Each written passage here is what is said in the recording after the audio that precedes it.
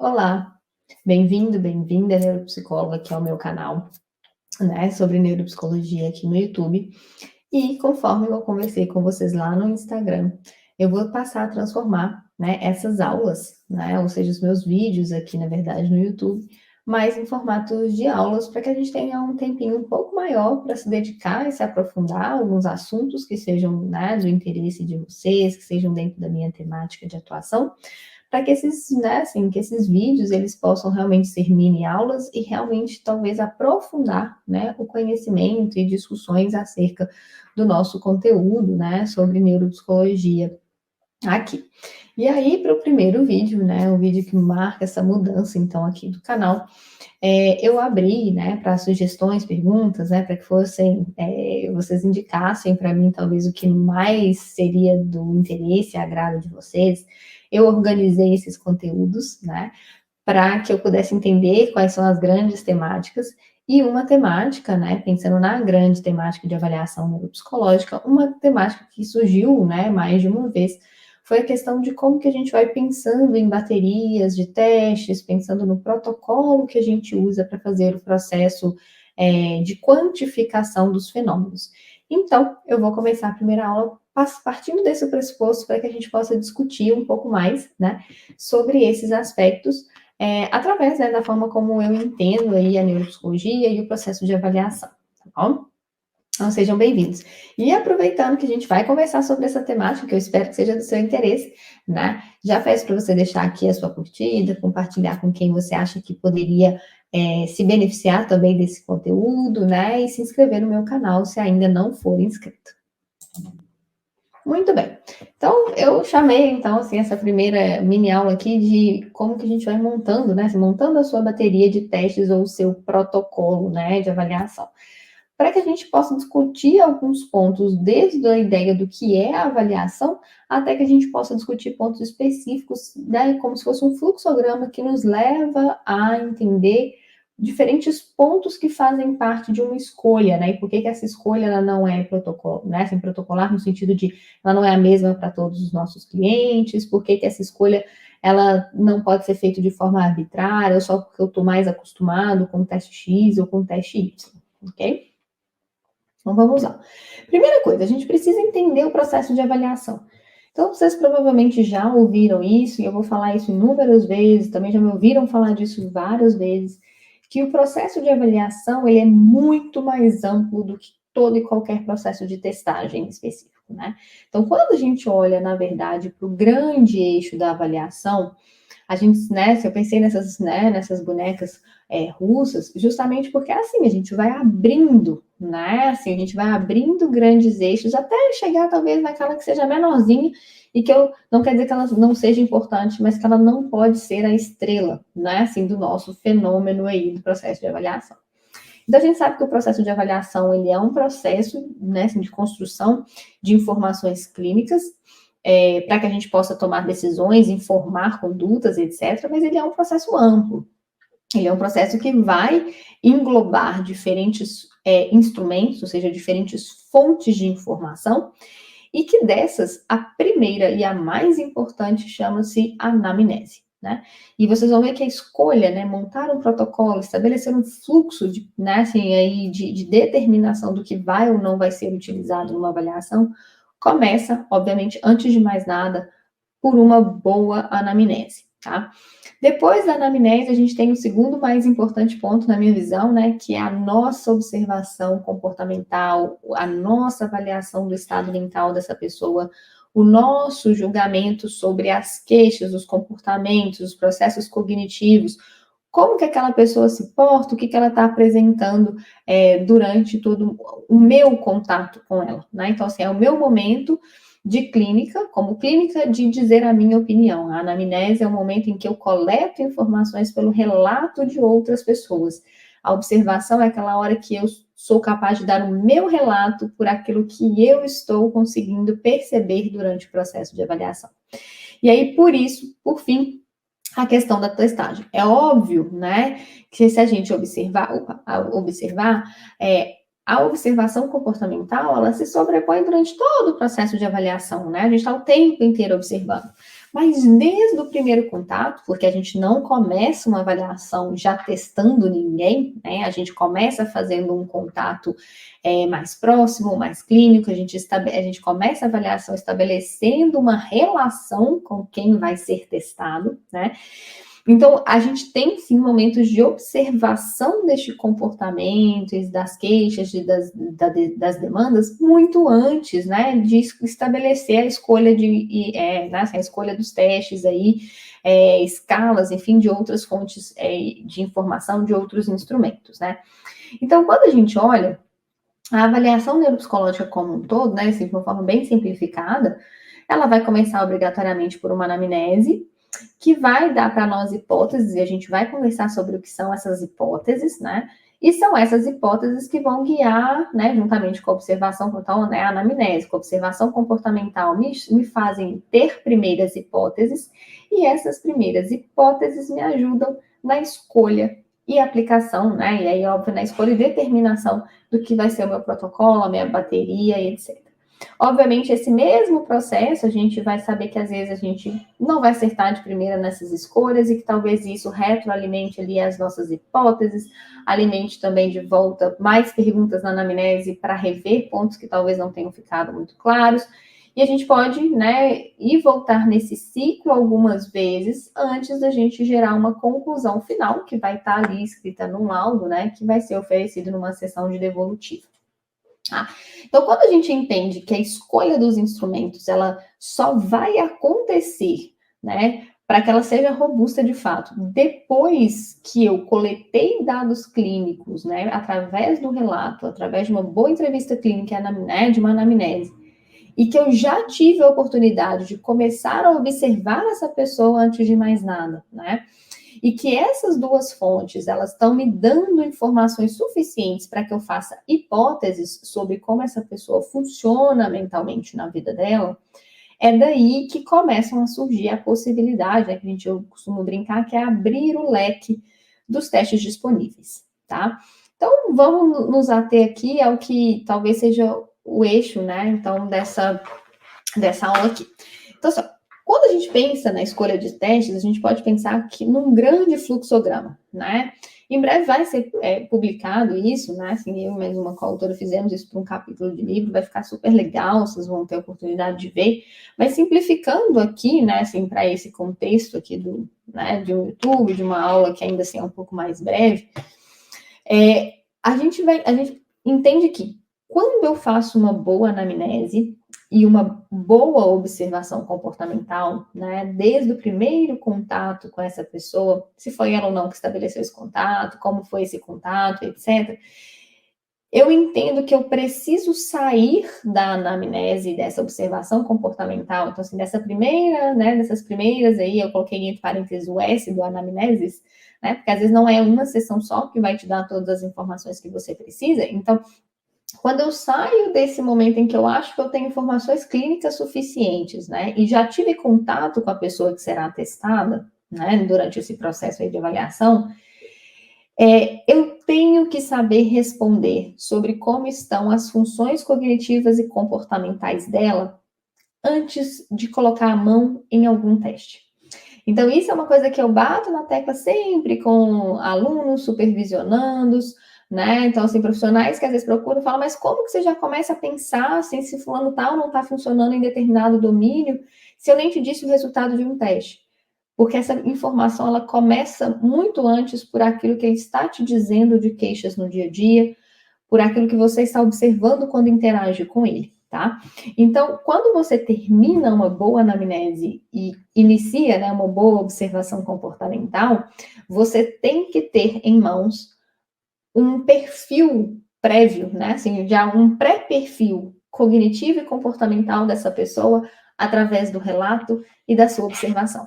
Então, vou dar um exemplo, né? Então, quando as pessoas estão me contando, né? Então, o meu público aí que é mais frequente, inclusive, de idosos, né? Então, quando as pessoas estão me contando que elas vêm com queixas como esquecimentos, né? Isso é uma outra coisa que a gente sempre vai falar, isso, né? Queixas vagas precisam ser bem traduzidas.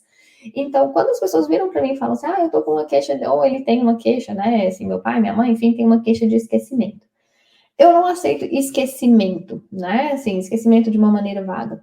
Eu preciso que essa pessoa me dê detalhes. Então, o que é que essa pessoa esquece? Porque aí no modelo teórico de memória eu já começo a pensar no modelo de conteúdo, né? Então, assim, quando ela me dá exemplos do que a pessoa supostamente esquece, eu começo a ver se isso são aspectos, né, assim, declarativos ou não declarativos, se forem declarativos, se eles estão mais dentro do eixo da episódica ou da semântica, ou de, enfim, né, de mais de uma dessas, mas eu já começo a entender qual é o conteúdo de informação que não tem sido lembrada, né, o que tem sido envolvida no chamado esquecimento no popular, porque aí isso me traz o primeiro ponto, que é entender, tá vendo, o grande eixo do domínio cognitivo que eu quero falar.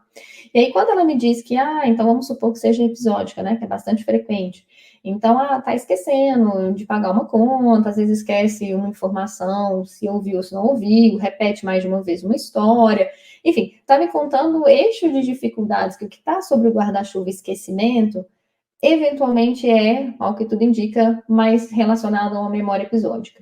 E aí, ainda assim, dentro dessa memória episódica, eu preciso que essa pessoa me diga o que falha nesse processo de memória. Falha tudo dentro do sistema, não se codifica, não se armazena, não se recupera, nem espontaneamente, nem através de pistas, né, ou de forma mais passiva, por reconhecimento. Então, assim, se eu não souber essa informação, a minha anamnese precisa ser refeita, preciso voltar nessas perguntas. Então, quando alguém me diz, eu estou esquecendo, por exemplo, de dar recados ou contando uma história mais de uma vez. E aí eu entro com perguntas, né? Então, por exemplo, se alguém te dá dicas, né? Assim, do tipo, alguém me ligou para me passar um recado, ou se alguém vira para você e fala, olha, você começou a me contar essa história no tal dia. Você genuinamente recorda, ou seja, as pistas, né, as dicas do ambiente te fazem ver que realmente aquela informação existe na sua memória, você só não conseguiu se lembrar dela, né, assim, espontaneamente, ou quando as pessoas pontuam essas pequenas questões, ainda assim para você parece que, não, eu continuo achando que eu não contei, eu continuo não me recordando de que eu deveria dar um recado ou não, porque aí isso já me conta se a pessoa não está só lembrando espontaneamente, ou se ela também não lembra espontaneamente e nem sequer reconhece, não adianta dar pistas, que para ela isso não facilita o processo. E aí eu construo essa ideia. Então, eu entendi o modelo de memória, eu entendi que ela estava falando mais de episódica, eu entendi que dentro de episódica, aonde, né, no processo de consolidação, armazenamento e recuperação da memória estão ou não ocorrendo falhas específicas para essas queixas acontecerem. Para que, então, então dei o exemplo da memória, tá, gente, de uma forma mais simples, mas a gente tem que fazer isso para todos os nossos domínios cognitivos e aspectos comportamentais dentro da anamnese. Então, a anamnese não é só ouvir passivamente as queixas espontâneas que as pessoas nos trazem, é ouvir espontaneamente o que elas nos trazem, entender o que elas vão trazer como aquilo que mais incomoda, o que gerou a demanda para avaliação, mas também trazer de volta aquilo que você precisa entender sobre aquela pessoa.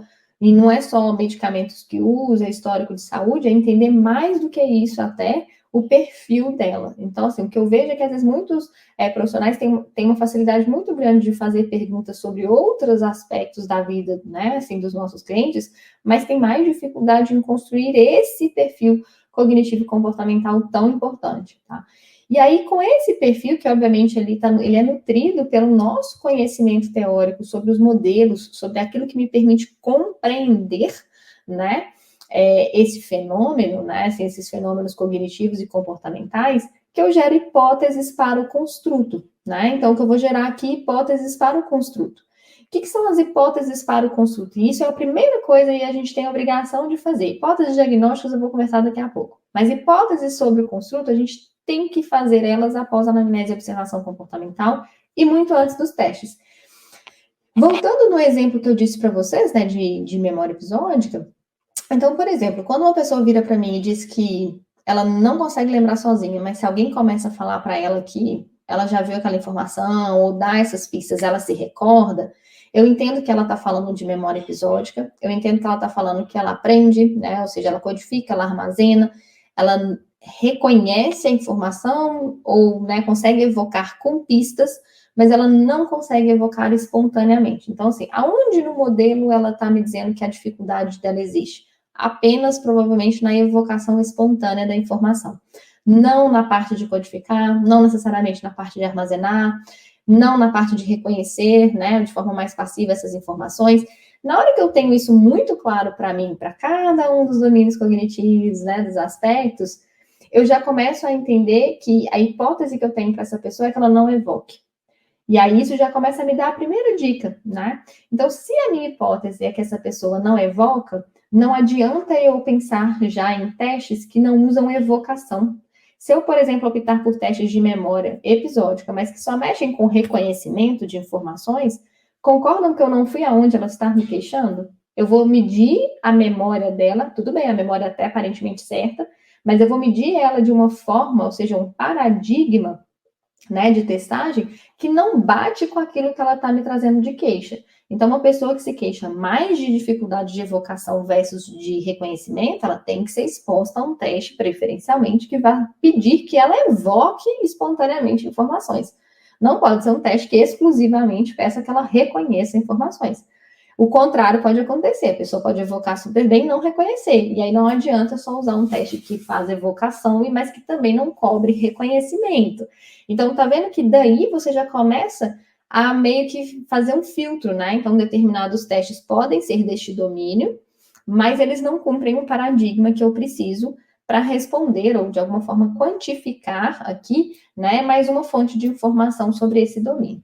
Então, quando a gente pensar nas hipóteses para o construto, isso já vai começar automaticamente a me guiar, pensando que se essa pessoa não tiver limitações sensoriais e motoras, né, significativas, que isso também já filtra uma gama aí de tarefas, de testes, né, se eu tiver limitações sensoriais e motoras muito importantes, isso aí vai guiar.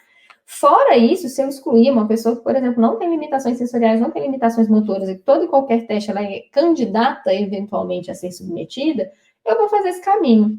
Qual teste melhor cumpre o paradigma para acessar a hipótese que eu tenho sobre o construto? Né? Então, é um teste de memória que provoca aprendizagem, tem oportunidade de evocação espontânea, tem oportunidade de reconhecimento, tem oportunidade de evocação com pistas, o que eu preciso, né? E aí disso eu já começo a pensar, né, em quais testes talvez, e aí a minha gama de opções vai reduzindo automaticamente nesse processo.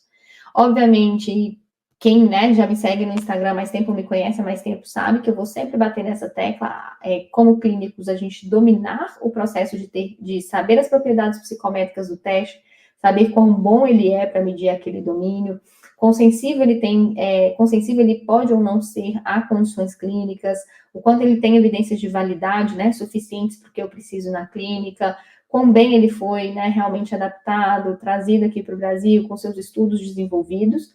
E, por fim, eu vou pensar também na normatização desses testes, né? Então, a amostra normativa com a qual eu vou comparar o meu cliente é uma amostra normativa boa? É uma amostra normativa socioculturalmente justa para o meu cliente? E aí, quando eu tenho essas três informações em mãos, eu vou fazer a escolha, talvez, do melhor teste que equilibre tudo isso que eu preciso. E aí eu já penso, obviamente, né, se eu tenho conhecimento dos testes e tenho conhecimento dos modelos, eu vou juntar as coisas, eu vou ligar os pontos, né? Então, eu sei qual modelo, eu sei quais testes cumprem ou não determinados aspectos do paradigma, junto quais deles têm propriedades psicométricas melhores para essa, né, porque eu preciso nesse cenário, e tem melhor normatização para esse meu cliente, tá? Então, esse é um primeiro ponto. O segundo, então assim, pensando, a gente vai fazer isso para domínio por domínio, aspecto cognitivo por aspecto cognitivo. Por isso a escolha de protocolo e de bateria, gente, ela não é automática. Ela não é, né, assim, padrão para todo mundo. Porque pessoas que chegam para mim no consultório e dizem eu estou esquecido, pode ser que nem seja memória. Se for memória, eu preciso saber qual delas que é. E mesmo que seja memória episódica, pode ser que a pessoa tenha um perfil puro só de dificuldade de reconhecimento, outro só de evocação, outra pessoa das duas, gente que nem sequer codifica. Então, quando eu entendo que pode ser a queixa de um mesmo domínio, mas em momentos do modelo, né, das etapas aí de fluxo cognitivo diferentes para cada pessoa, isso me faz escolher testes diferentes. Quando eu sei que as pessoas têm características sociodemográficas muito diferentes também, mesmo que elas tenham a mesma queixa, é possível que elas sejam contempladas em normatizações de testes diferentes. Então, mesmo que às vezes você tenha dois testes que cumprem exatamente o mesmo paradigma, tenham boas propriedades psicométricas igualmente, assim, ou muito próximas, etc., talvez na normatização você vai escolher mais, pela normatização, você vai escolher mais um teste do que outro, né? Para aquele cliente, a chance de que seja esse aqui seja melhor do que outro ali para um cliente específico, tá bom?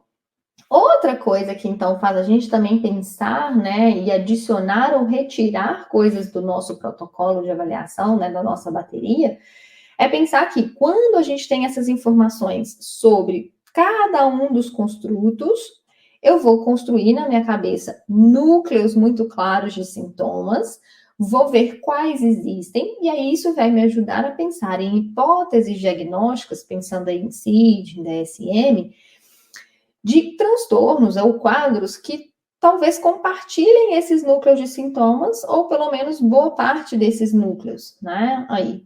E aí, quando eu tenho essa imagem, né, possível aí, etiológica, ela é obrigatória? Não, e ela não tem que ser por aí que a gente começa, tá? Já digo para vocês, a gente não sai de uma anamnese com hipóteses claras do tipo, primeira coisa que eu tenho que pensar é qual diagnóstico de DSM ou CID essa pessoa tem. Isso vem como consequência de ter hipóteses muito claras sobre como elas funcionam cognitivo e comportamentalmente. E aí isso te leva, obviamente, à possibilidade ou não já de algumas hipóteses diagnósticas. E aí, se você tem a oportunidade de levantar essas hipóteses diagnósticas, o que vai acontecer?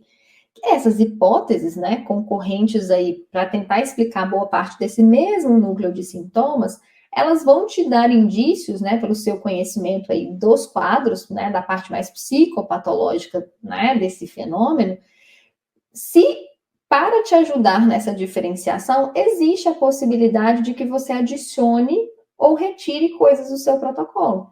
Então, às vezes, para ajudar numa diferenciação, você vai colocar testes que permitam fazer raciocínios neuropsicológicos de dissociações cognitivas, você vai adicionar elementos cognitivos que são diferenciais de um quadro, mas não de outro, né? Então, por exemplo, às vezes nos quadros de demência, nem sempre a gente avalia com muita profundidade, percepção em todo mundo.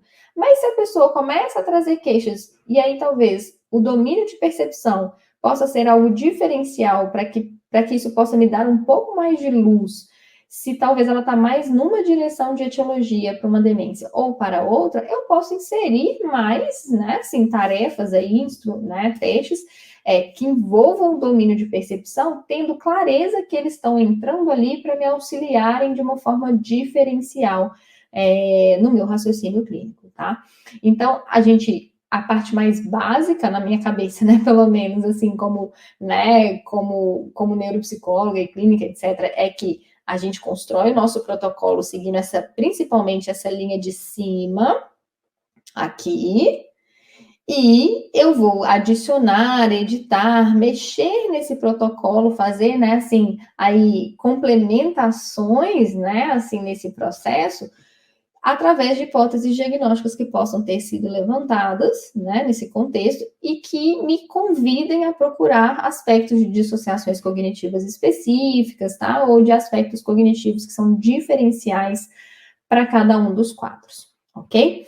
Então, assim, eu espero que, assim, nesse momento, né, fique um pouco mais claro para vocês aí o que é o raciocínio que se faz. É óbvio que para a gente pensar realmente, né, se a gente fosse destrinchar um processo de escolha de testagem de forma ainda mais a fundo, a gente teria que entender o que é uma boa anamnese, né, o que é uma boa observação comportamental, conhecer claramente os modelos que a gente tem evidências e dos quais a gente se baseia cientificamente neles, né, e entender começar a entender os testes com muito mais propriedade, sabendo exatamente qual paradigma eles usam, quais são as suas propriedades psicométricas, né? Quais estão a seu favor e quais não estão dentro do uso na clínica, ter o julgamento crítico sobre, né, esses aspectos e sobre a normatização, né, que esses testes nos oferecem, e aí conhecer também sobre os aspectos psicopatológicos, né, das hipóteses diagnósticas possíveis, né, para abrir o leque dos quadros diferenciais, e aí a gente conversar sobre testes, né, sobre aspectos cognitivos que solicitariam mais dissociações ou alguns pontos específicos diferenciais, tá? E aí, quando a gente entende todo esse processo, que aí eu quero fazer esse adendo para vocês, espero que vocês tenham visto que quando eu faço esse processo muito bem feito, até esse pontinho aqui, o azul, né, da hipóteses para os construtos, eu imagino que vocês tenham já, assim, de alguma forma, se relacionado com uma fala muito forte que a gente diz: é possível fazer uma avaliação neuropsicológica inteira sem colocar a mão em nenhum teste. Por que isso é possível? Porque a gente vai fazer todo esse raciocínio, né, até as caixinhas azuis aqui, né, e eventualmente o primeiro bloco, enfim, das laranjas, sem necessariamente fazer com que isso gere escolha de testagem.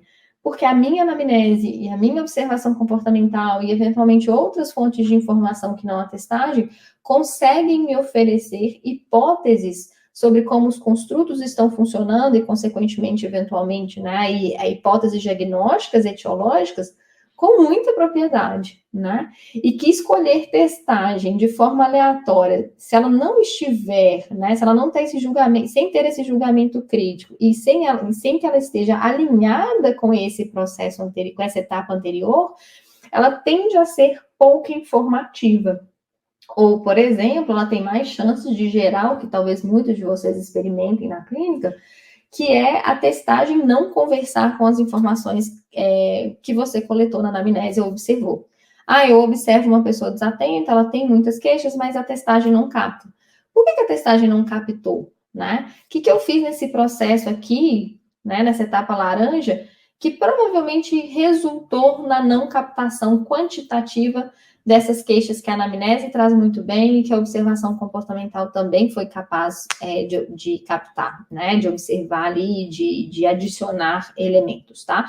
Então, quando vocês estiverem pensando na testagem, tenham essa frieza, né, assim, essa clareza de que vocês precisam dominar, obviamente, o fluxo do processo de avaliação né, e, consequentemente, o fluxo de um processo de um raciocínio que começa obrigatoriamente na ausência de testagem, né, para se construir um pré-perfil, e que a testagem vai entrar depois que já existe uma clareza um pouco maior sobre como essa pessoa provavelmente está funcionando.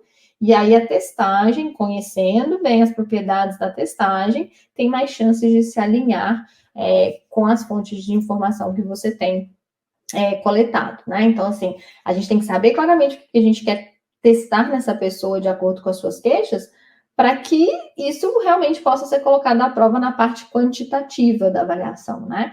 Se a pessoa me queixa de uma coisa e eu testo outra nela, é óbvio que as coisas não vão conversar na hora de fazer um laudo, né? Na hora de construir aí a finalização e amarrar o raciocínio clínico, tá bom?